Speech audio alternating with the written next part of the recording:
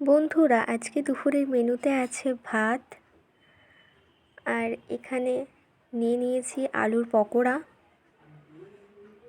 বেগুনি, আলুর চিপস বা চপ এরকম কিছু বলতে পারি। এখানে আমি দুটো বাটি বসিয়ে নিচ্ছি। তো একটাতে নিয়ে নেব ডাল,